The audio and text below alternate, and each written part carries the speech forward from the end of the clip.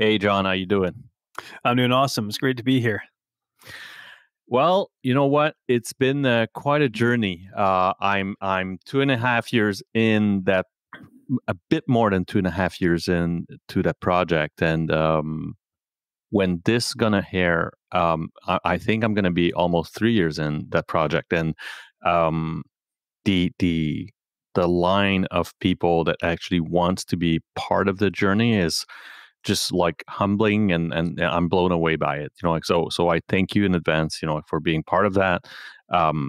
This is kind of almost like overwhelmed by, like I didn't expect that. Like it was the genesis of it was not um there aren't any grandiose ambitions. It was my money spent in the matter of making this the best quality sounding thing in terms of what I could do. Yeah, And yeah. after that, it was looking for something that, like I couldn't find myself, like so it was kind of a yeah, like so thank you for being here, Oh really. yeah, no, it's a pleasure, and I love that you're doing this. I think it's really important. I have a podcast called Between the Before and After, and really, I think you're doing something similar here. For me, it's about sharing stories of people because social media shows like two glimpses into somebody's life with the Yep. before and the after, but they don't show the story, the struggle, how they've overcome, the lesson they've learned, and so on. And so you're really creating that space for this to happen, which I think is awesome. Yeah, and kind of the casual conversation, like there was.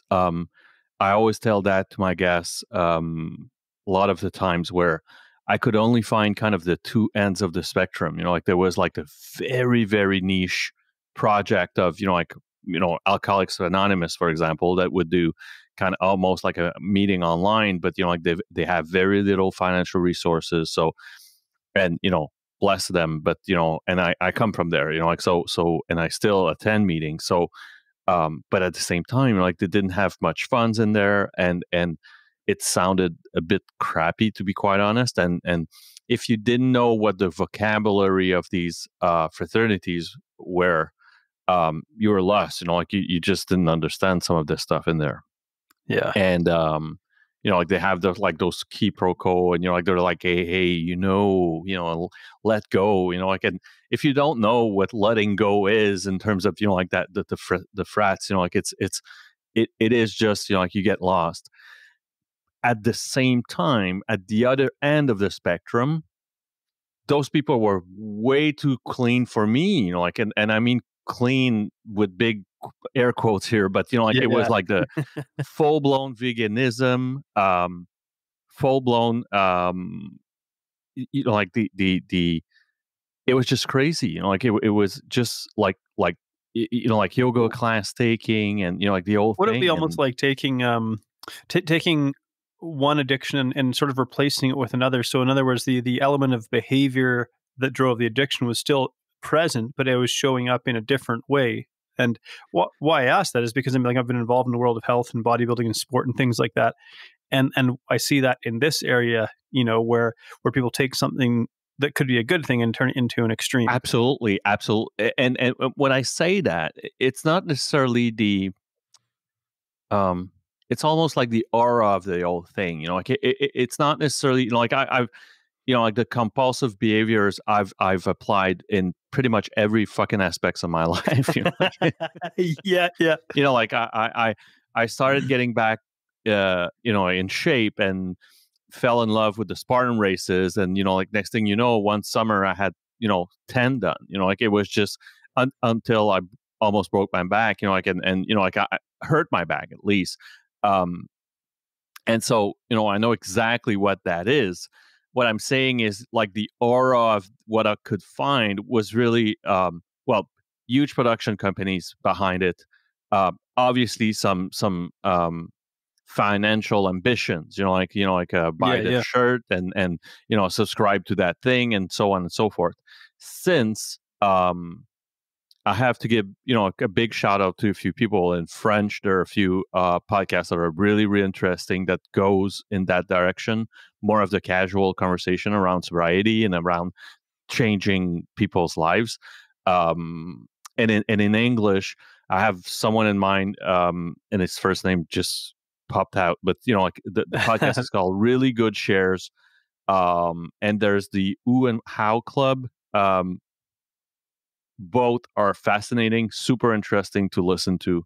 And I actually encourage everyone, like to because like sometimes for whatever reasons, because like people have testified of that, but like listening to this in your car and doing dishes and shit like that helps. Like so I'm gonna keep doing it just because of that. Like someone had all I needed was one person to just write me a quick DM and say, "Hey, buddy, like you're just fucking saving my ass here," and I was done. Like I'm gonna do this Yeah, until yeah, like whenever. So yeah. yeah. I love that. So that was the Who and How Club, and that's a Yeah, I think podcast? it's the Who and How. The guy's name Aris, Arys, and the other one is Really Good Shares. Both these individuals are phenomenal people. Really Good Shares as kind of a different way and different approach to kind of his production and all that. Like it's not like the guest is not like it's not a live recording. There's some montage behind it. It's really interesting. Like there's a nice production out of coming out Yeah, of it. yeah, Um, and Aris is like really like pretty much like me, where like he just opens up his guts and spill it, like and has yep, like all kinds of people all kinds of people coming from all kinds of upbringing, and like it's super interesting. I had yeah, both of my as guests, and they were fascinating conversation. yeah. Well, sounds like there's a couple of good guests, and maybe I'd love to dive into your story over on my show, so I get to be on the other side of Oh, the I'd mic. be yeah, I'd be honored. Like it's you really like so. Okay, let's it's like I have now since about 6 to 8 months like an extraordinary regular programming portion, which is my first question. um that question is, where are you located on this planet? And also, how has been going the pandemic for you so far? Well, I'm located in Red Deer, Alberta. So we joke that our city is the cleavage between Calgary and Edmonton because we're basically halfway in between, and we're set in a river valley. And so for your American listeners, we're north of Montana. Um, and 3 years ago, it's 3.5 years ago now, I had one of my businesses fail, and it cost me a life savings. And that was pretty devastating. That's one of the things I've gotten, I guess, in my backstory of things that I've overcome. And at that point in time, I decided I was going to set up an online business where somebody couldn't take it away from me in a sense.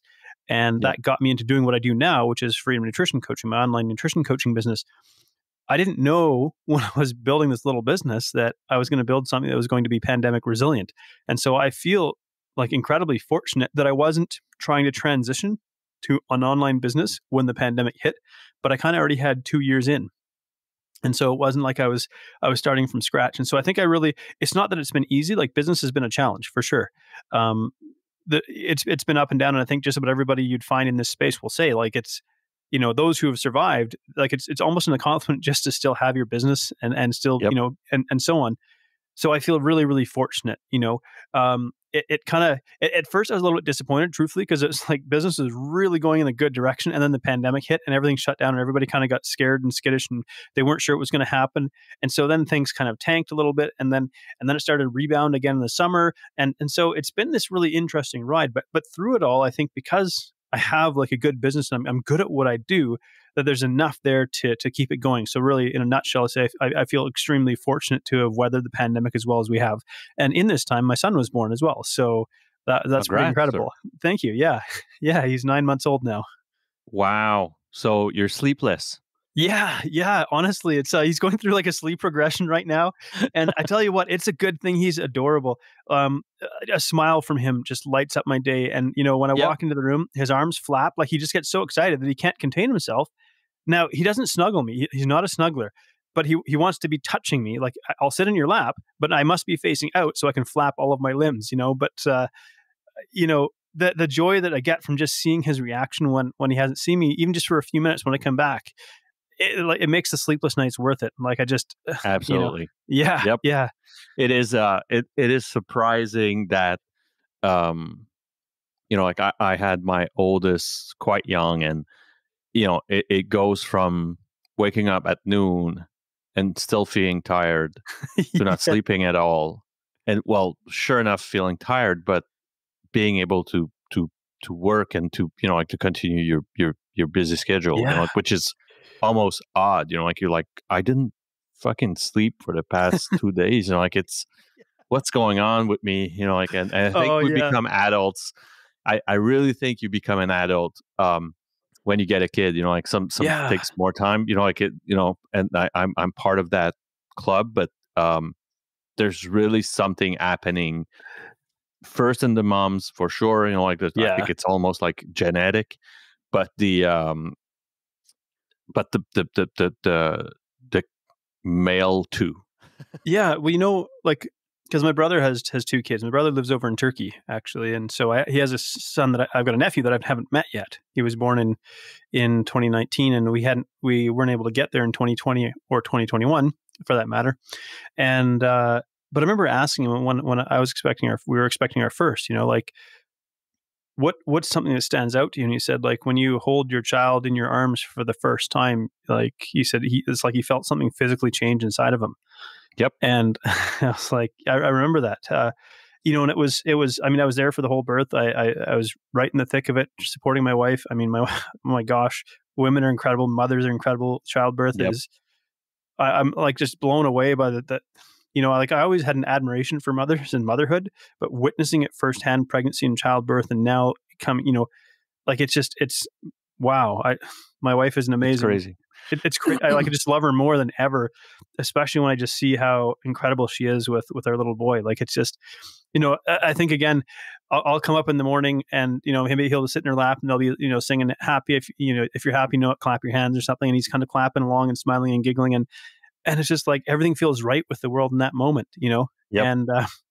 And my wife is a trained children's entertainer. So she's like a clown and a performer, an improv theater performer, and does like live stage theater and stuff. And so she's a natural entertainer as well. So I'm like, man, did I? So she has like found Yeah. the greatest fan, without Yeah. even saying a word. Like it's greatest, Oh, like biggest fan. Like of both yeah. you and their mom, which Yeah. happens to Yeah. be. Can I tell you like a quick story about like we Yeah. talked about the physical change of your brother? In the first 24 hours, I remember it's been my. I have 3 kids, 24, 20, and I have a 6 years old now. Okay. Um, and my 24th, within the first 24 hours, I remember we didn't sleep much, like for labor. And I like so when she were done, she was, everything was cool, and like we knew the kid was safe, the baby was safe. I told my wife, okay, my girlfriend at the time, I'm gonna go, at home, take a shower, be back. And she's like, okay, I'm gonna do the same. So they have like that little baby place where like Yes. for the Yeah. kids and all that. Um, and so I go take a shower, come back, and when I come back, so I go to the floor of like like the babies, and when I got out of the elevator, I knew that like they must be at that place, like that like there's a few babies there. Sure. Yeah. And Yeah. so I turn a corner, go into that room, and I see my ex, like the mother, shaking and trembling, and she has the baby in her arms, and the nurse is freaking out as well. I'm like, okay, so what's up? And they're like, okay, let's get back to the room. Blah blah blah blah. I'm like, okay. And she tells me that when she got out of the shower, she went back to that place to bring back the kid into the room, and the nurse was arguing with someone pretending to be the dad. And so he has like his back, um, like so he's turned back to like to my ex, and the nurse is in. So my wife is in front of the nurse, and in between there's that guy which has his back turned, and he's like, yeah, but I forgot, because we had like that little pass card, and Yeah. he's like, yeah, I forgot my card, but like I'm the father, blah blah blah. And so my ex comes in and she's like, "Oh, so what's going on?"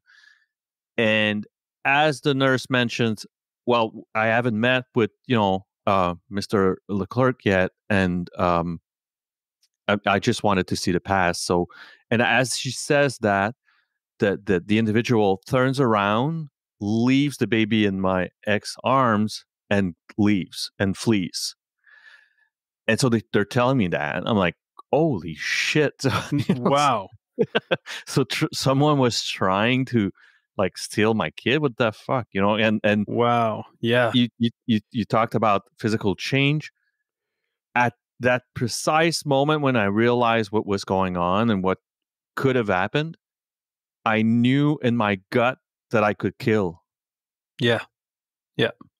Like it wasn't, like it was almost like a relief that it wasn't me, because I scared myself. Like I was like, well, it's like like full of wisdom. I said something like, Yeah. "Well, it's a good thing it wasn't me." And she's Yeah. like, "What do you mean?" I said, "Because what I just felt right now in my gut, um, it would have been dangerous for both of us, big Yeah. time." Like I knew at that time that I could kill, and which is really weird because I've always been the peaceful type. Like never wanted to Absolutely. Yeah. fight Yeah. really, and so it come like a huge rush, and yeah. So I totally understand when your brother said, like physical Yeah. changes, and yeah. Yeah. Well, even when you're describing that, and like I could feel that. Like it's, and I am like a peaceful guy that hugs everybody I meet. Yep. But the thought of somebody like consciously and deliberately hurting my child stirs something in me that I'm like, ooh. And it's interesting because I've actually felt that feeling before, but it was in a very different situation. And it's actually, I guess, it's a part of my story because I went through trauma about 10 years ago, where I was nearly beaten to death. And after being traumatized, like the effect of that and reliving it and so on, I was living in South Africa, and there's a lot of incidents that kept happening, whether we're getting broken into, getting robbed, friends of ours getting attacked, and so on. After a while, like I just remember getting like so angry, being like, I hope they break into my house tonight and I'm setting a trap so that I can kill them. And there's a part of my brain that was like, whoa, what is happening here? But this is a traumatized brain suffering from PTSD. I'd never had this is only, a couple of months after the first trauma. And it was when I realized that I was getting to the place I was getting so angry, I was feeling like I was constantly under attack and under siege, that I literally wanted to kill somebody. That I was like, we have to get out of this country. I said to my wife, we have to leave, like because something bad one way or another is going to happen Yeah. again. And this time it's going to directly the first one directly involved me, I guess, but it's like this time I'm going to be the instigator, and that's not going to be good. And it's like we have to leave because this is not who I am, and that Exactly. this is starting to well up in me. And so it was, it's quite something for And yeah, and you realize that those triggers exist in, like in us, like, which is the yeah, scary part. Like you're like, wow, okay, I do have that, in me, yeah. and yeah, it really Well, is scary. because I never liked getting into fights even. Like, I got into fights as a kid because I had a temper and I was a pretty big kid. So I don't know, kids seemed to want to test themselves on me or something. But I always felt I would go home and cry after being in a fight. Like Yeah. that's how like I don't want to say like soft hearted almost sounds wrong, but like that's how much I felt empathy for the person that I was in a fight with. I would go home and I would cry because they were hurt because I was usually bigger and stronger than the kid trying to pick a fight with me. I don't know why they would pick on me, and I would go home and cry after that. That's the kind of person I am. So this to Yeah. have that well up in me and go, oh, there's this other side, this dark side, and maybe I think every human being has that capacity, but very rarely do we Absolutely. get driven to the place where that gets awakened within us, and we hope that we never find ourselves in a situation where it does get stirred up in us. Yep. I had a friend that was, like, for one night he was a doorman at a bar, but this bar was known to have like really not good people go in there. Yeah, yeah, And one guy tries to come in the bar with a glass of whatever drink, sure, and yeah, so gentle giant, my friend, like really like just put like his hand on, like kind of on his shoulder and say, hey, buddy, like, first night, like I don't want to any arguing and all that. And, but you can't come in with your drink, like so. And the guy smashes the drink and is like, I'm going to fuck you up. And, like, so Wow. he's literally beating the shit out of my friend. Like I wasn't there, but like when he told me, he was clearly traumatized for, like got kicked and punched and, like the whole thing. And at some point he said, there's something in me that I knew that and he remembers hearing someone saying, we can't separate them because like the instigator, not my friend, but the instigator was actually, a guy in the, either Hells Angels or something like that. Like so they couldn't, they couldn't split the fight. Right. They couldn't stop Um, it. You don't they step couldn't in that stop it. situation. Yeah. Exactly. And so someone shouted that, and so they couldn't, like so they couldn't. And so my friend heard that. He's like, oh shit, okay, so there's not even someone that can come and give me a hand here, because like they could be in trouble themselves. And and yeah, like so it, like it kind of, finished when my friend lost his shit completely and said, okay, so I'm just gonna kill you, and turn around. It was like a lot of struggling and all, and at some point the individual had his back on a pool table, and he grabbed one of the pool, ball, and just went to smash. He's like, I was ready to cave his brain in, like it was just, I'm just gonna kill him. And someone said, stop, like, okay, like, we're gonna take care of the guy. And some of the, like the motorcycle club leaders came back a few hours later saying, okay, our friend, like our buddy was drunk, sorry about that, like, so, like you will not hear from us or him again. um but the description of what happened, and like the kind of almost like the darkest side of this individual, of my friend, actually was just like, oh shit. He's like, yeah, Yeah. this is, I know I have this in me, and like this is Yeah. scary, really Yeah. scary. Did that take um place in Montreal? Oh, it was, a few, I'd say an hour or so from Montreal. So it was really like kind of the outskirt of, people that, like do work fields, and like they're like in the, yeah, like this region has, that we're talking about, like there's a lot of tobacco fields.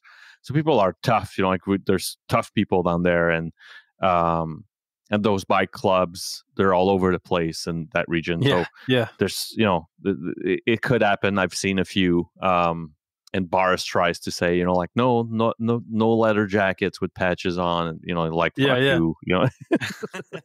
you, like, so anyways, like it's, Uh, not the best place to hang, when you're a 20-year-old full of testosterone. It's really no is kidding. not.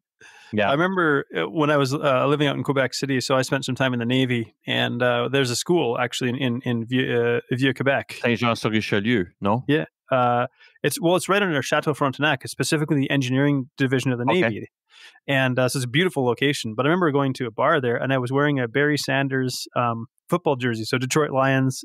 Well, no, I just loved the jersey because I loved the blue color. And Barry Sanders was a really talented running back, so I went into a bar, and I guess you're not allowed to wear football jerseys or sports jerseys into a bar. I I didn't. never heard of that one. Neither did I. But I walked into this bar, and I had a hoodie on actually, and I took the hoodie off, and so I had this football jersey on, and these two enormous guys come up to me and basically like picked me up like under my armpits, and like I'm 6'1", like I was 6'1", 215. I'm not a small guy, and these two guys are like huge, made me look small, and like picked me up and literally carried me to the door, and were like, "You can't wear that in here."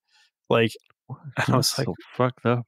yeah, I was like, what? I was like, man, I'm just coming here to try and, have a good time or something. I'm not trying to, but I guess what they're trying to tell me is like, if you wear that in here, there's a potential there's going to, someone's going to see that and there's going to be a fight or something like that. So Wow. That's you can, really weird. yeah, that one stuck with me because I remember like I hardly ever drink. Like, so it wasn't like I was drunk. I wasn't causing a scene or anything like that. I was literally just going there to hang out with some of my friends and getting like carried out. And I'm like, Wow, I'm kind of I think we were about maybe half an hour outside of the city itself, and it's now, it's like 2 o'clock in the morning or something. So I was like, oh, now Yeah, how am I gonna get back to like the barracks and try and explain this one? So and Quebec, like I'm a French speaking like native, but um, there is something there's a cleavage between the English speaking people and the French speaking people. Um, so that what they call the Greater Montreal Island, which is like Montreal and some of the close suburbs, are you can go full blown bilingual. Um, but Quebec, the city, as much as a lot of other places, as soon as you're out of that outskirt of that Greater Montreal area, it is a shit show. Like I work in sales and yeah, I work for an American company in Seattle, and like I asked so many times, like, can we get this translated? And I was like, well, no, like we don't have that translated. I'm like, all right, guys, like I'm just telling you, like it's going to be a painful process, like because like a lot of the, let's say, potential customers, are, like they just don't speak English at all. Like so, it is yeah, it's a weird situation. So that could have been something. I mean, maybe it was just clear that I wasn't from there, and like my Yep. French is pretty bad. Like I could survive and probably find food and get directions to the bathroom and things like that. Because I'd been there for like 6 months, and so it wasn't like I couldn't speak it whatsoever, but certainly wasn't. Yeah, it was nothing close to fluent, and so Yeah. yeah, it was an awkward situation, but nonetheless, Quebec City, I really think it's probably one of the most beautiful cities in North America in terms of, and it's so neat, like historically and culturally, like it's It fascinating what is. took place there.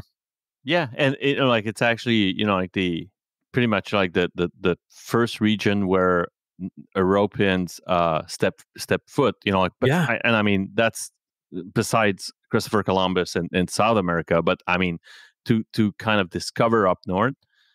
Yeah, I mean, like it shows and it transpires that kind of that history, and like, there's something about, even though um like the old country is such a young country when you look at it in a cultural angle, yeah, um, which is a bit odd. Like I had a conversation from someone in Syria. I went to the barber shop, and like I was talking to a Syrian individual, a young kid, yeah, and I was telling him that like the cultural he was a Muslim, and we had a conversation around like kind of the cultural clashes going on both in right, France, and there's yeah, so many places where it goes, where like it's going on. And I said like one thing that like it's kind of an irony that we almost reject our ancestral cultural history, but like for the First Nations and all that, like because they were there before us, like mhm, um so we decided to kind of almost get rid of that in our history books. Therefore, yeah, we were becoming such a young, culturally fed country yeah, that we can't, like unless you can really identify yourself and kind of justify who you are, and really kind of assimilate and like declare who you culturally, socially, politically are. Don't sure you're gonna freak out when some people from Syria comes with the mhm, like the Muslims, and like the different religions and different cultural beats. And I mean, yes, you don't fucking know who you are. Like how can you accept who someone else is? Like, and I was referring to the Italian pride, for example, or mhm, the Asian pride, or the where like they wear the flag, and they like there really is a patriotism that I don't see much in Canada, because like we yeah. have yet to kind of solidify our identity. Like it's Yeah, well, of the Canadian provinces, I would say Quebec probably has the strongest patriotism and the strongest sort of cultural identity. And because yeah, I was there in '08 for the 400th anniversary celebrations, because really the founding of Quebec as a French colony was much earlier than being a part of the Dominion of the British Empire. Yep. And so, yeah, they had like this huge party on the Plains of Abraham and all these free concerts and fireworks every night. And the performance they put on for the 400th anniversary of Quebec, like it was, I would say, 10 times better than the Canada Day celebrations. Like it was a, a totally We know different how to feeling. party, John. We know how to party. Yeah. So, I mean, so I have to say, like, I really enjoyed being in Quebec. It was, and I think if I was to spend more time there, like, I think the French would come back, and I would certainly pick up the French. And so, maybe like I live in Alberta, but I'm not a native Albertan. I'm from the West Coast. I'm from Vancouver Island.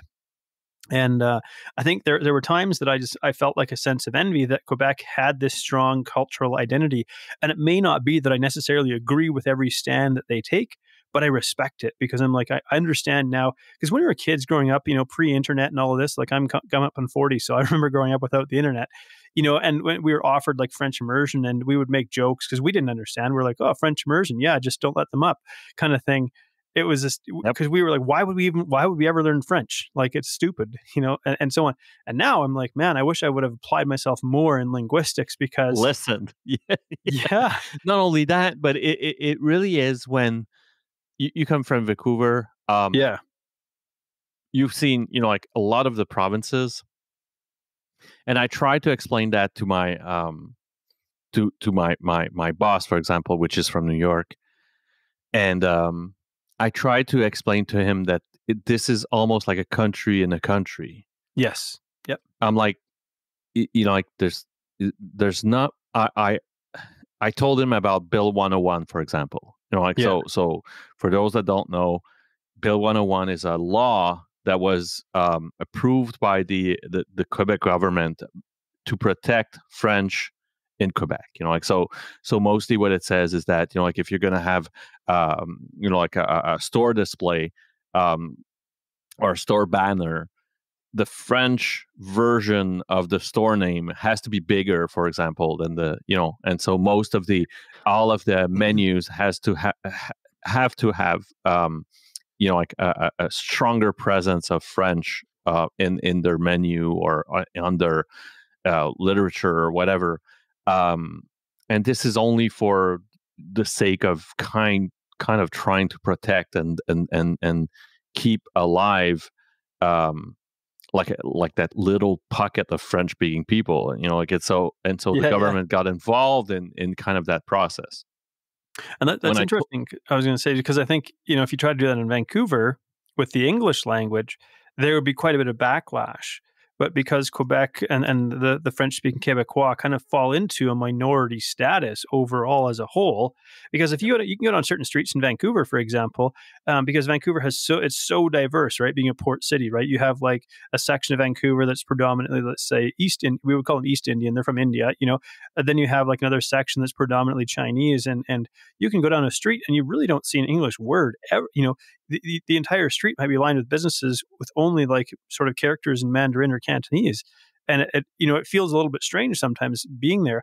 But I could imagine Totally. if they were to try to impose some sort of English language restriction on it, that there would be quite a bit of backlash or perceived racism or something like that. But I think with the Quebecois, because they're a minority population within Canada, it's like, well, we're trying to protect and preserve a minority identity, and so Yeah, it's now seen as acceptable.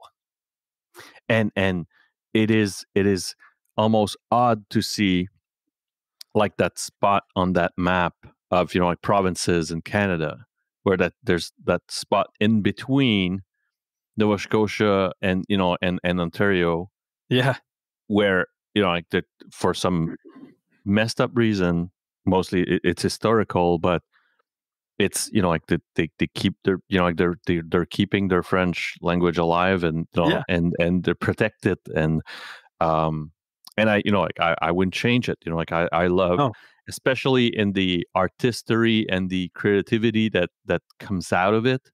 There are absolutely. some Yeah, artists that do almost like the hybrid, and we have like the Franglish artists that are yeah. amazing, and like so yeah, I I'm quite proud of it. Like it's something that and to your point, I think the bilingualism, whatever two language you pick, like it's super important. Like some would like argue that like Spanish would be a better spending of my time, but it's I don't regret at all being at least bilingual. So Absolutely, yeah, and I think if I was to live somewhere else in Canada, like Quebec City, I go back to, I'd actually really, I think I'd enjoy living there. It'd be a bit of a challenge for my wife. She's from Australia, in terms of learning to function. But we've lived in Mexico, we've lived in Poland, we've lived in Italy, lived in Turkey. So we've lived in various countries around the world where we are a minority, both a visible minority and linguistically stunted, if I could put it that way. yeah, And so we kind of know what that experience feels like, and it's actually pretty exhausting. And so I now, like, especially having traveled as extensively as we have, like, I absolutely understand when foreigners come to live in Canada, and then when you meet a native language speaker of whatever language is your native language, why you don't want to speak English. I'm like, yeah, because absolutely. the brain just gets tired. Like, it's Yep. just, I remember we were living in Poland, and we lived in a city called Włocławek. And this is not a tourist city like Warsaw or Krakow. This is just like 100,000 people, and it's just as Polish as you get. It's gray and boring and dull and an industrial city. I remember getting on the bus and seeing this black guy, and I was like, "You are not Polish. I know this." And he's American, and he was there. He was playing for the professional basketball team that was situated in that city, because Poland has its own professional basketball league, as many European countries do. And I remember just like sitting beside him and being like, "I know you're not Polish," and it felt so good to talk to somebody other than my wife in English, because Polish is such a hard language to learn, and the Polish people are very unforgiving when you try to learn their language. It felt so good just to sit down with another English speaker and be like, "Oh, Yeah. like my brain is not tired now just because I can Thank speak." God. Yeah. Yeah, Exactly. I don't have to think about what I say. So Yeah. All right. If I come back to my, I don't want it was for a while for the people that listen, it was the cold turkey political show. I'm done with it. It's over. yeah, Sorry, it was the birth and death of the political segment of my podcast. the one Um, episode. exactly. Like just a piece of an episode was, again, like the birth and the demise of that portion. It was super interesting. It's just, like I find myself funny that, like I sometimes have those bubble. Um, the the show usually start, if I do my regular programming. It's mostly a question of rewinding your life story tape. Yeah. Um, and if I'd ask you, where should I rewind this to, either an event that happened to you or something you witnessed that kind of defined who you eventually became, or has had an impact in your life and transformed you? Where would we rewind that? 100%. We go right back to South Africa, 29 years old. It was 2011, sorry, living there. And that was a time that I was nearly beaten to death. And, it was a really incredibly difficult experience to go through. It was traumatic. It was, I went through years of mental health struggles because of it. But I would not remove that experience from my past Can you because, set the table, John, a bit about, yeah, like what? absolutely. So when my wife and I did about 3 years of traveling around the world, and we lived in Mexico. We met a guy from South Africa when we were living in Mexico. He came to us to live with us in Poland, and then he invited us to come down to South Africa because his parents were running this not-for-profit organization helping underprivileged youth. And so we went down there, and so we were working out on a nature reserve. So this is a few hundred hectares, like giraffes, rhinos, monkeys, that kind of thing. Rangers surrounded by fence and all this kind of stuff, about 45 minutes out of the city. And so we have like a cabin in there. There's a dormitory, like a blue or like washroom facilities, and then like a student like learning center. So we were kind of like live-in facilitators Monday through Friday. And one Monday night, this was in August, which is in the southern hemisphere, it's wintertime, so it was dark. I finished my dinner early. Everybody else is in the sort of the dining hall, and I'm walking back to the instructor's cabin, which is maybe 150 meters away or a few hundred feet away, tucked into the bushes. So it's kind of off to the side, away from some of the other buildings. And I go back there, and as I get to the door is slightly ajar. And that should have, like, of course, hindsight's 2020. I look back and I go, that should have triggered something in my mind. But in my head, I was like, oh, maybe I just forgot to shut the door, you know, or in the middle of nowhere, we're on a nature reserve, all this kind of stuff. Open the door. There's three guys inside the cabin. And again, the first thought was I actually recognized one of their faces because he was one of the Rangers, but he was not in uniform. But my first thought was, well, maybe on the weekend they discovered something wrong with the cabin and they're just coming to fix it now. No, there was a fourth guy who I didn't see. He was outside the cabin and he hit me across the head with a rock. And the first hit across my forehead, all of a sudden, it dawns on me, this is a really bad situation. And I remember, so I was wearing a collared golf shirt, not unlike one that I'm wearing today. And I remember him grabbing the scruff of that shirt and smiling as he swings this rock at my head. And really, I knew he was smiling because that was the one thing that kind of shone.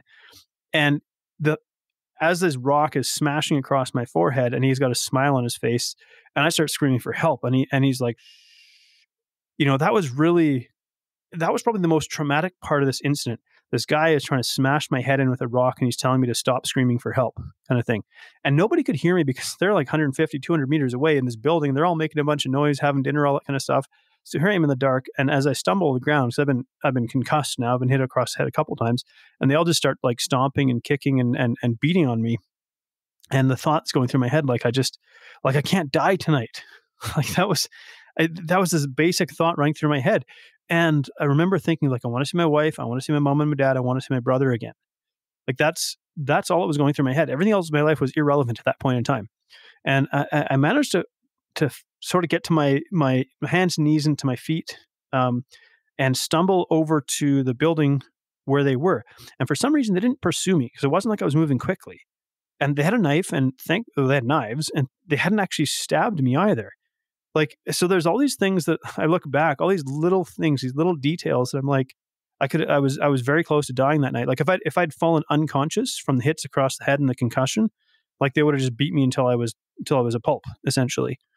But why they didn't chase me, I don't know. But that's probably one of the reasons why I'm alive today. So we got trapped in that building for about 45 minutes before the police actually showed up. And it was kind of a minor miracle the police actually showed up. It happened to be a senior police officer was walking past an office where a phone rang, and he picked up the phone and dispatched officers, because in South Africa, the police largely are there to collect a paycheck and not get hurt. That's it. Yeah. We don't realize how lucky we have it in Canada, where we have, by and large, a very professional police force who is highly trained and highly competent and so on. It's not to say they're perfect, but you go down there and you have people who just basically, they're corrupt and they don't want to get hurt.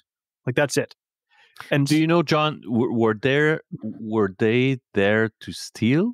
What was their, and what was the plan? I mean, on their side. I can't say with 100% certainty. They beat a white farmer to death the night before.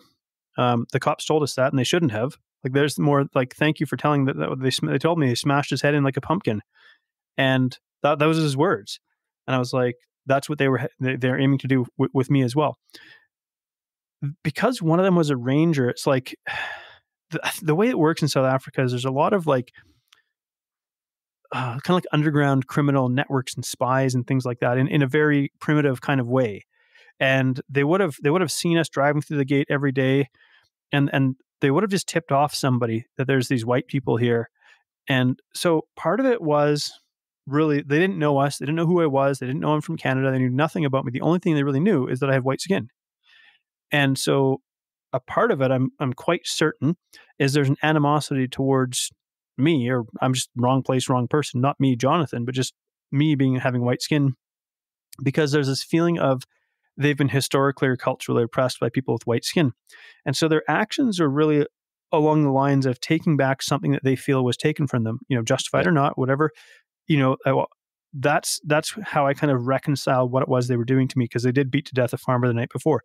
Robbery was like a secondary motive. It was like, okay, we'll get these things, because they went and cleaned out all the students' dormitories as well, while we were trapped in this building, and they tried to smash the doors down with shovels, and they kind of left us trapped in there. None of us, we didn't know how many guys were out there. And so they kind of went and they ransacked, and these are all black students as well. They ransacked, took all their cell phones, all their electronics, all this kind of stuff. And so, but I would say largely, I believe that this was racially motivated. and secondarily, it was robbery. Because I look back now, and the Monday morning, we'd come back from our weekend away and went to the cabin and we'd go, man, the cabin's kind of in a bit of a mess. We'll have to tell the weekend facilitator just to, that was our thought, just to, kind of tidy up afterwards, not leave it such a mess for when we come back on the Monday morning kind of thing. But looking back now, I think what actually happened was they went to ransack the cabin on the weekend, and we weren't there, and they were hanging out in wait because it's a huge nature reserve that they can hide just about anywhere, And basically, they were lying in wait until nighttime, until we were going back to the cabin. And I'm so grateful that it was me that went back to the cabin and not my wife, because it would have been probably a much worse, more horrific situation. Scenario. Yeah. Yeah, yeah. So the fallout from that was, I became a binge eating food addict. That became my coping mechanism for dealing with the trauma and the PTSD. I guess I'm lucky I didn't turn to alcohol and drugs. And it wasn't even that I deliberately turned to food I didn't make a conscious decision that I'm using food to medicate my trauma. I think it's coming from a different part of the brain. It was just, I just started doing that. And the way that I explain it now, looking back, is, I feel pain, I eat food, I feel better. It's really like almost that basic. Yeah. And so I ended up gaining probably 115 pounds, 120 pounds, give or take, over about a 6-month span, which is now I'm a pretty big guy as it was. Like, I was already like 6'1", 210, 215 kind of thing prior to that, but I was pretty athletic and pretty strong. But I obviously have this propensity for gaining weight. I mean, I see obesity runs in my family, and now you add in stress, not sleeping, massively, and I wasn't binge eating broccoli, whatever junk Yep. food, cheap junk food I could get my hands on, pop, chips, candy, whatever, just mass consuming it. And it was this, it felt like this out of control compulsion. And so it really, we came back to Canada after our travels, and we came back, it would be about a year and a half after this happened before we actually made our way back to Canada for this. And I came back obviously a different person. I was traumatized. I was now struggling with mental health issues. I was massively heavier than people had ever seen me before. So there's all the shame around this, and kind of the shame of talking about what happened to me, because, even though I was jumped by 4 guys, and we know now that it was four men, I felt so ashamed of all of these things having happened to me, and so on. So it was really this struggle to sort of reconnect with this old life that I used to have. It felt like that was something that was taken away from me that night that I was never going to get back. So when you get back here, there wasn't yet a process of healing. Not really. I'd been through a couple of trauma counseling sessions, but it's expensive and I didn't have the money for it. And Yeah. because it hadn't happened in Canada, there wouldn't have been some sort of provision made. I wasn't even eligible for EI. I wasn't even eligible for welfare or anything, because I've been out of the country for more than 3 years. And so and I think the other part of it is, I didn't know what kind of help I needed. How do I say this? I choose my words carefully, because I love my parents dearly, and they did the best they could with what they have, and they're amazing parents. But they didn't know either. So there was no pattern for me. There's no guidance for me. There's no way of knowing, how do I deal with this? I don't even know what's wrong with me. And so I then turned to, well, I need to lose weight. That's my problem, is I'm overweight. If I can lose weight, and so on. And so I repeatedly tried to lose weight. I went through all the different diets. From raw food vegan to just about keto carnivore, and that's the spectrum of things that I had tried. And none of these things were working. And I started to turn my hatred towards myself, because I felt as though my body had betrayed me, because it went from being sort of this athletic guy to feeling like I was this athlete trapped in this fat body. And I really started to hate my body for how I felt it had let me down. And so I was really in this dark place, in a sense, self-loathing. And I'd almost sometimes binge eat to spite myself, because I was so angry at my body. Yeah. And I look back now, and it sounds crazy to hear me describing this, because I feel like that was a different person. I am not that person now, but that's where I was at. And, it was when I hired a coach, because I tried hiring coaches to lose weight. And clearly I didn't know what I was looking for, and they had no idea how to deal with somebody like me. And when I finally hired a coach who he modeled for me compassion, and I didn't know compassion is what I needed. What I mean by that is he didn't enable or he didn't encourage my unhelpful behaviors. He didn't say, "Well, you're halfway through that peach and you might as well eat the whole thing." But he didn't use shame and guilt and beat me up or berate me for my failures. But he helped me to understand at least where the behaviors were coming from. And he taught me to how to really show myself compassion and love, which we really don't hear talked about a lot even today, sort of in the masculine realm. And that was really the turning point for me, was this, like, all of a sudden I had to learn, like, what is self-love? What is self-compassion? I've never even thought about this before. It's never even occurred to me. Now I've got to learn what this even means and try to restore this relationship with myself and my body and learn to actually love it, even as it was. And so that was kind of this situation that I found myself kind of going through. I'd also grappled with anxiety and depression, and anyone who's suffered with anxiety will tell you, well, I think one of the worst aspects of it is wondering when the next episode's happening. Yeah. It, you know, it, so and then Almost like always on standby. yeah, and then I'd gotten into business, into this bad business relationship. Like, it didn't seem bad. It was somebody who I thought was a friend, but it turns out he's like a narcissist and a pathological liar, and I'm an empath, and he just played me like a fiddle.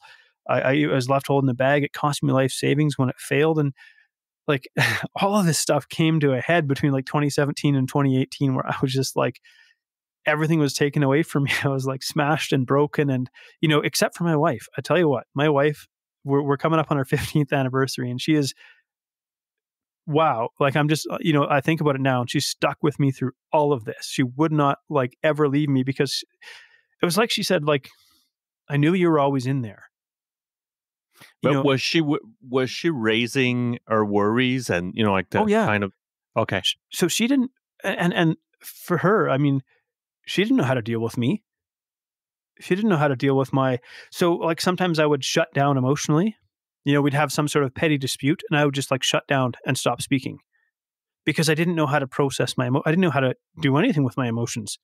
So all I would do is just like shut down and stop speaking to her. And that was like the worst thing I could do to her. But I also, there was a point in time in my life where, I remember saying to her, like, just go home to Australia. Like, you don't, I'm like an anchor in your life, just dragging you down. You deserve better than this. You don't waste your time being with me. I'm hopeless. I'm a lost cause. Just go home and leave You're me. literally feeling like a waste of time. Yeah. And she wouldn't do it. She wouldn't. She was like, no, I said, I'm in this for life. And Yeah. I'm fiercely loyal to her now because of that. She just, in my darkest hour, in my time of greatest need, where I was at my lowest of lows, and trying, even almost like trying to push her away, not physically. I never physically did anything to her, but like in every other way, emotionally and so on, trying to push her away, and she would not listen to it, because she's like, I know who you are, and this isn't who you are. And she Yeah. didn't know how to unlock me or how to help me through this, but she just knew that she was not going to leave me in this situation. How do you out like how do you pick yourself up from kind of like it's the bottoms of the bottom, Yeah. right? Like and how do you kind of pick yourself up to really engage yourself 100% into making your life better? For me, it actually started with something really simple. It was brushing my teeth. And what it was is, for me, that became an act of self care. So I was living out this belief that I'm worthless, and my actions were showing it. And so this little action of brushing my teeth became this anchor, where it was like I did something to care for myself today. It was something that was contrary to the belief I held about myself. And it became this anchor behavior that I could kind of build other little things on top of. Um, as I started, I wanted to overcome the anxiety that I'd experienced. And I didn't want to use a medication. I was pretty stubborn in that way, because I tried it and made me feel like a zombie. And so I started looking into, well, what can I do to at least make it less severe and less frequent, basically. And so I really started to prioritize my stress management. So took up meditation, took up walking. I quit going to the gym for 6 months, because just going to the gym was triggering. It was like too intense for me. Um, m- my wife, she supported me in prioritizing my sleep. I cut out all stimulants, caffeine, chocolate, all that kind of stuff was out of my life. Everything, I did everything I could to just like calm my nervous system down. And in the same vein, or in that same time, I started practicing these little acts of self care and started to sort of shift that narrative. And it was as I started to rebuild this relationship with myself through these little acts of self care that the real shift started to happen. And why I think that's important is because sometimes people might say, look at my story or someone else's story and see like where I'm at now and think like it must have been this lightning bolt from heaven or something that just, and I'm like, no, it was actually this little No. process of like baby steps. And there's a lot of slip ups along the way because keep in mind, like I still have the brain of a binge eating food addict. I've lost and kept off over 100 pounds, but I still have this brain of a binge eating food addict. That Yep. and I think if you're a recovered alcoholic, you would understand like that tendency or propensity still is in my brain. I wish it wasn't there, but it is. And so I have to this day, like manage my environment and my food environment and my social environment maybe differently than somebody who's never dealt with this might have to. And you're absolutely right. Like there's almost like an addict gene, Yeah. inside of us. Like like naturally obsessive and compulsive. Like I Yeah. told you about the Spartan races, but like it's all about. I mean, like in every aspect of my life, I need to be careful. Yeah. So if it's not, I was telling another guest that all of my close friends, they're going to ask me the kind of question that is, hey, I'm looking for, I don't know, like a stereo, like, have you looked into that? Because they know that, like if I've purchased one Yeah. recently, like I compulsively made my research on Yes. what is Yeah. the best, like, so there is, there's something about, like even handling or managing sleep, for example, like I need to be super careful about that, like not the, Yeah. I sure do need sleep, but it is repeating night after night. Fuck, it's close to midnight again. Like, will I ever learn? Like, and it's so Yeah. weird. Like there really is like the like the drunk promises of, okay, tomorrow 9 o'clock, I'm in my bed. Like it's Yeah. Yeah. no, I still fucking do it. Like, and 16 years sober, and I still do these mistakes. Like where I'm like, okay, Yeah. like I'm tired this morning. That's enough. Like I'm gonna go to bed early. Like I need to, like recharge your batteries, blah blah blah blah blah blah blah. All these promises, and next thing you know, it's 11. I'm watching Yeah. Yellowstone on Amazon Prime. And I'm like, Yeah. okay, just another one. Like, and like it, like, yeah, like Yeah. an addict. Well, that's and I'm aware of it too. Like it's why I don't play video games, because I get triggered and I obsess about it. And my wife, she says like sometimes I love your brain, sometimes I hate your brain. And what she means is like if she ever wants to know a random fact about something, it's probably in my brain somewhere because I when I was trying to lose weight, I turned to like obsessively researching nutritional supplements and nutrition science. And having that foundation of knowledge is really, incredible for the work that I do now. But back then, I didn't realize it consciously, but I was actually avoiding the work I needed to do, which was the work on myself, my relationship, myself, my body. I was trying to find a way around all of that difficult work trying to find some sort of supplement or nutrition plan or nutrition strategy or something like to lose the weight without having to do the real work. And so there's this like, yeah, this obsessive propensity that still exists in me. And I don't think I'm clinically bipolar, but there's a condition called cyclothymia. I don't have a clinical diagnosis, but I'm fairly certain that I'm somewhere in that spectrum where I'm now aware of it, and I communicate this with my wife. Like there's periods of time where I'm kind of in just under the radar kind of manic phase, or there's an under the radar kind of low phase, and it's not high enough to be like a manic episode, not low enough to really be clinically depression. But there's this awareness that there's kind of this cycle to my week to week or month to month existence. And like I used to be ashamed of it, but I think now having the awareness and being open and talking about it means that like I don't have to try to hide it anymore. Or my struggles. I'll say to my wife, like, hey, it's probably easier if you don't bring that food into the house. It just I can white knuckle my way through it, but it makes my life more difficult. Yeah. Yeah. Um, like you've covered so many things that, like even myself, like I had, like I have to be careful and I had to be careful. Um, the nutrition is something that, like it's almost like a rabbit hole of, if you fall into it, it becomes just crazy, in terms of, like you never end that conversation or that, like that research. Um, the other thing is, how do you manage it today? Like what is, like what would you say is, and there's no pun intended here, but both spiritually, physically, and mentally, what is an healthy diet for John to be in a Yeah. good spot? Well, maybe I would take one step back and say, okay, I focus on what I call like brain driven weight loss when I work with somebody. So what I mean by that is we're considering multiple factors. What drives behaviors? So I could say like, yes, primarily I want to make sure if I eat a meal, it's going to contain like maybe a lean protein, a quality carbohydrate, lots of vegetables. And, I have a rule of thumb. I generally don't eat after 8 p.m. because I say I don't make good food choices after 8. Like it's just, I'm not in the fridge reaching for veggies to snack on after 8 p.m. It's like I'm looking in the cupboard for crackers, chips, chocolate, whatever. So the type of personality that I am, I do better with fairly firm boundaries where it's like it's easier for me not to bring a food into the house, or it's easier for me to just say, okay, this is my rule of thumb where I don't eat after 8 p.m. My wife is more of a like a moderator. She does better if she has like a bag of chocolates around that she can eat one whenever she wants it, but she doesn't never feels the compulsion to eat it. And if I know that it's hers, I won't touch it because in my head there's a very clear boundary there. You don't touch this because you don't touch your wife's chocolate.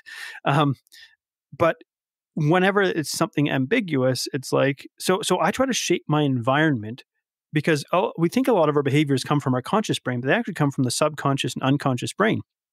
And so I want to shape my environment where I don't keep trigger foods in the house. I manage my sleep and my stress and so on. I keep a freezer full of frozen vegetables because they don't really require any effort to prepare. So I have no excuse for not including them in a meal because worst case scenario, I could literally microwave frozen vegetables. Obviously that's not ideal, but it's better than, it's a significant step forward, let's say from maybe some kind of fast food at a restaurant.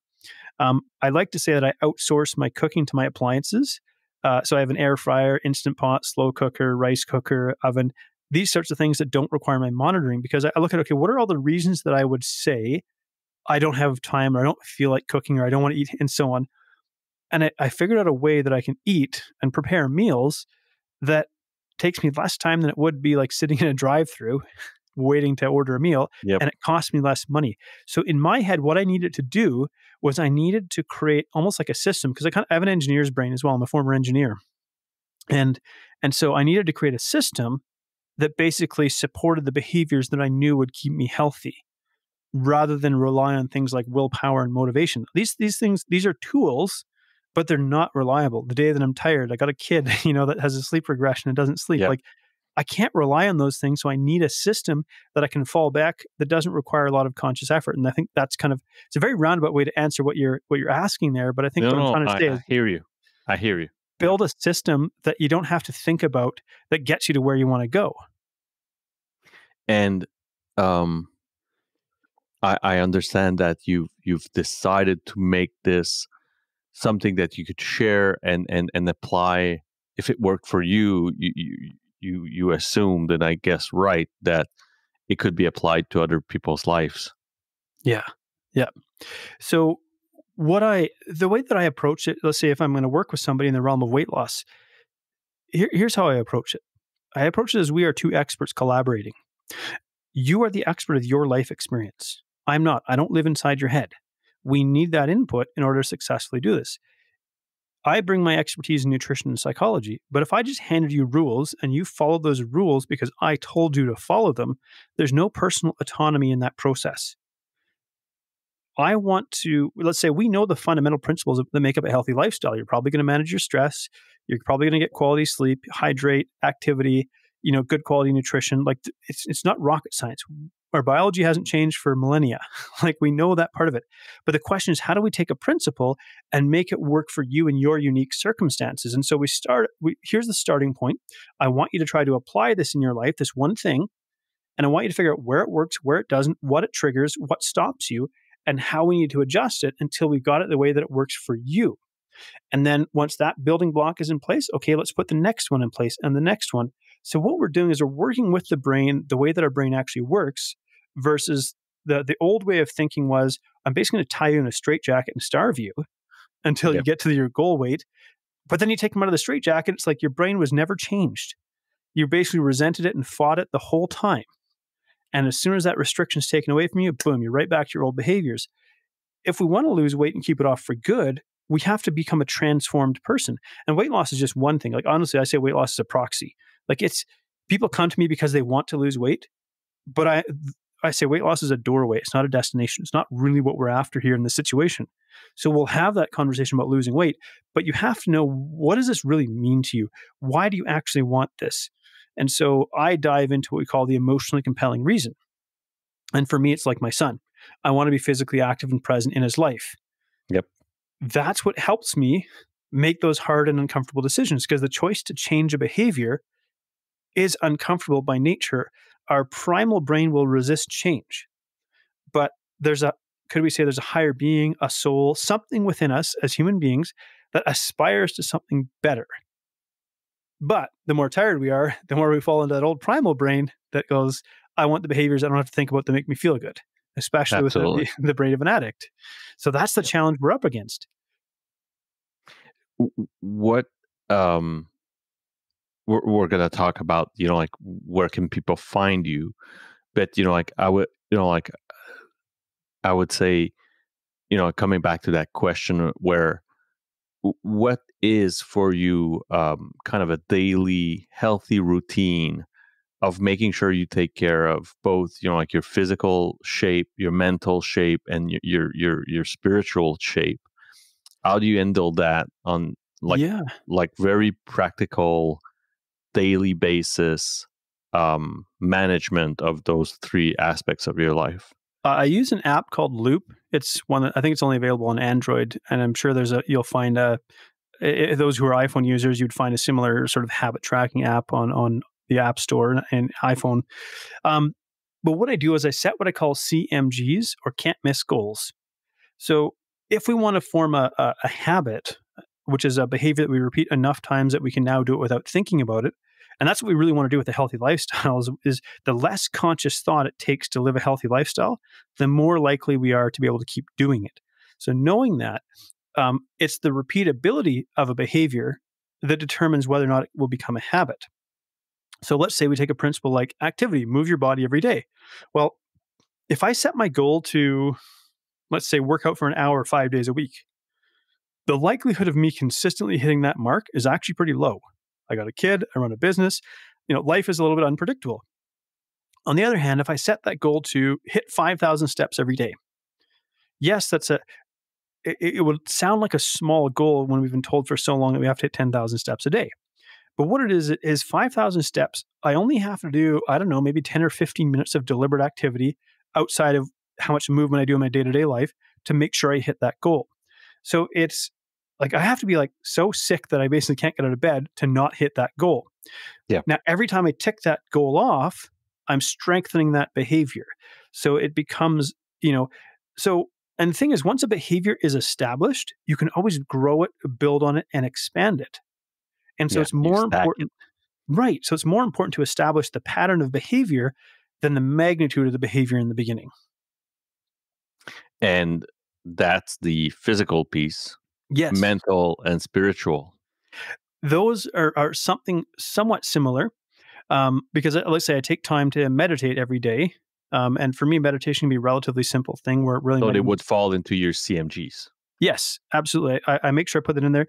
And like I make things like spend 30 minutes of playtime with my son every day, spend 30 minutes time with my wife every day. And so I set these little markers and go, okay, here's how I will nurture this part of my health. Because I'm passionate about what we call deep health. So looking at health, not just from eating healthy food and exercise, but sleep, stress, environment, relationships, social. So looking at all these aspects of health, and I go, okay, what's a daily behavior I can do that will support that part of my health?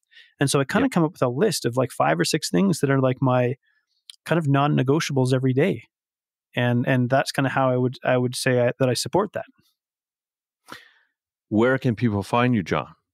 I would say you can send me a friend request on Facebook. I haven't hit my 5,000 friend limit. I'm pretty open. You can just say, hey, I heard you on the Cold Turkey podcast and I wanted to have a chat. I'm very open like that. I run a podcast called Between the Before and After. And Alex, I'd love to have you as a guest on there sharing your story as well. I'd be honored. Yep. Yeah. Sure. And when it comes to nutrition coaching, it's freedomnutritioncoach.com. And so I also have a free resource if anybody would be interested in it, since we're talking about sort of like compulsion and, and things like that. It's called Crush Your Cravings. And so it's really about helping people to navigate those impulses and urges that we have from a brain-based perspective. So it was just freedomnutritioncoach.com/book for anybody who wants a copy of that. It's free. You just enter your email address and I spam you for the rest of your life. Exactly. That's it's the the contract, the electronic version of the contract with the devil right now. But Yes, like yeah. that's we're in these ages, like you everyone does it, like, and I Yeah. think it's, like it's fair game, like people produce a lot of free content, but like they want to be allowed to establish a better relation between Yeah, everyone. it's like getting permission to open the door to communication, because obviously I Exactly. have a paid service offering that can help people. Like this is obviously what I do to make a living, and I'm Yeah. deeply passionate about it. But um, I think that I want people to get value for free from anything they put out before they ever decide to work with me, because that's my way of proving to them before they ever commit to investing and working with me that I can get you results. On top of like the social proof that you'll find on my website, anyways, you can see the stories of people I've worked with. But yeah, I want to show people, hey, even with the free stuff I put out, including the free content, let's say I read on my Facebook personal page, That I can will help. help you. Yeah, Yeah, exactly. absolutely. Yeah. And like I think it's just again, like it's fair business. Like there's so much free shit out there, Yeah, like that, like I mean, if you you know, if you think it's free, you're pretty much the product, like so, like it's and it's not, like like there are entities in that digital world that are maleficent with it. Um yeah. but like this is not the like this is not for I think it's a minority, to be quite honest. Oh, Like there's totally. Like, like I'm hitting almost like 200th um encounter with great people, and a yeah, lot of them have like I've wants to share with the world, like how they've saved their ass, actually, yeah, literally. and yeah. um and they just feel a calling of sharing this with anyone that like that is willing to listen. And so, and yeah, I mean, like it's a fair exchange. Well, I think what I say what I'm doing is I've evolved into the coach that I wish I would have had like 8 or 10 years ago. Yep. I've become that person that I would have needed that many years ago. And so with kind of the experience I have, my own personal struggles with all of this, it's really equipped me in this very unique way to work with people. Because I have a very high IQ. I can't take the credit. I got it free of charge, like at birth. Yep. But I've got a high IQ and I've got a high EQ. It's a really kind of unique combination. It's kind of this engineer's brain with this empath sort of emotional intelligence. And so it's not really scalable what I do, because I can't really clone myself. And it's not that I'm, the perfect coach to work with everybody, but when I find the right person that we're a great fit, man, there's like magic that happens because something just goes click. And I love it. It just lights me up seeing, because it's kind of like me saying to the old me that, you're going to be okay. You know, you're not lost. And so when somebody comes to me, I joke that my coaching superpower is X-ray vision. And what it is I look at somebody and I have a sense pretty quickly after, within 5 minutes, I have a sense of what their potential is already. I know what's possible for them. And then my engineering brain goes into high gear and already starts calculating a path to help them get there. Now I can't spit that all at them all at once, but it's kind of like how my brain works. It's really neat. And I just, it's clearly this is what I think what I'm called to do, if anything was ever a calling. And like in the anonymous fraternities, there's a notion of a sponsor and like, which is Mm, basically a mentor. And what you're describing here is, like pretty much like the overall conclusion of that relation is that it benefits both parties, like absolutely. all of the time, Yeah. all of the time. I learned so much from the clients that I work with, and I say, like, my goal is to create referral business, not repeat business. In other words, I want to be so successful in working with somebody that I can't help but tell other people about it because we've succeeded together. You Yeah, know, that's what I want. And in the online age, like, the consumer wields so much power in a sense. You touched on the fact that people might be worried about, online business and nefarious activity and stuff. But I'm like, man, the consumer wields so much power. Like, one bad review is, like, I'm a small business. Like, one bad review can really put a dent in things. So that holds me to a very high standard of integrity in terms of every interaction I have absolutely. with somebody has to be like the utmost of integrity and the utmost of, like, pure intention. Because and you'll see, like, if you Google freedom nutrition coaching, you'll see like 90, 85, 95 star reviews, and that they're all 5-star reviews. I'm kind of tooting my own horn a little bit, but it's because I'm so passionate about what I do, and I believe so deeply in doing what I do with absolute and complete integrity. And so really, a lot of the power lies in the hands of the consumer because of this online age that we live in. Yeah, and there cannot be any loose ends when you're Yeah, dealing with people's lives. Like so. yeah, Like I wouldn't go to a like a sober coach, for example, that's 2.5 star out of 5. Like I was just yeah, like, yeah, yeah, 50 yeah, 50 chance that I'm gonna get fucked up. Like it's no, I'm yeah, not yeah. gonna take that chance. Like so. Um, John, really appreciated the time spent. For anyone that listens, all of the links, I hope you've not pressed pause and, like started scribbling shit over a piece of paper that you just found. Um, Everything is in the podcast description.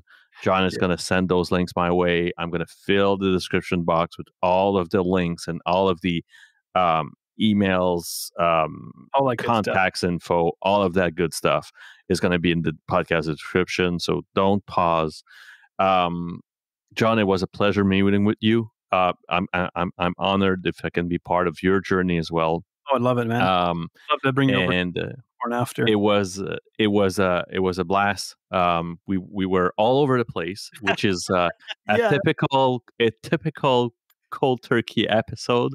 Um, but it is what it is. Like it's the that cold turkey journey is really something about to the genesis of the fraternities is Alcoholics Anonymous. Okay, and long story short, it's mostly a doctor that could that was considered just a bad fucking drunk, and a stock broker from New York that ends up in Ohio for some travel business reason. Um, and this guy called Bill Watson freaks out because he knows that he cannot drink because he's going to just die, and knows starts to have some hints that exchanging and talking with another drunk for some fucked up reason, miracle reason, um, isn't thirsty anymore. So yeah, he tries to call churches. Um, they don't pick up, or they don't care, or whatever. But like it doesn't work with churches, and start calling doctors, and falls on Dr. Bob. And Dr. Bob says, like I'm a piece of shit, literally. Like I'm not worth anything. The yeah, guy's still a drunk, an active drunk. yeah, And he's like, no, you're precisely the kind of person I need to talk to. yeah, So goes to Dr. Bob, and Bill and Bob that night, with pitchers of coffee, exchanges one to another, and both realize that after that night, or that that 5, 6, 7 hours that they talked, didn't feel a need for a drink. And that's how AA was basically created and founded. yeah. um We for just me, we live in we, the we messy middle. yeah, I mean, like for me, it's repeating two individuals that do have challenges or have had challenges in their lives exchanging about who they are and how they feel. And for Yeah. some messed up reason, I don't feel like using, and you Yeah. probably don't feel like having a bag of Cheetos right now, right? Like so Absolutely. Yeah. I love that, it's just supporting that because really it's like if you can help one person live a better life, I feel like you've had a successful life. yeah, And I mean, I set the goal in 2020 that in 10 years I wanted to have helped 10,000 people, and so I really hope to. I don't I can't say exactly how I'm going to get there yet, but I'm taking steps to get to that mission because I think, well, if I can help one person, maybe I can scale it up and help a lot of people, and so that's kind of been the goal here. awesome. Thank you, John, really for your time. It was a pleasure having you, and I Yeah. wish you great success. And I hope like any of my guests will be part of that 10,000 objective for sure. Yeah, thank you so much, and I look forward to when we get to chat again next. Take care. Bye bye.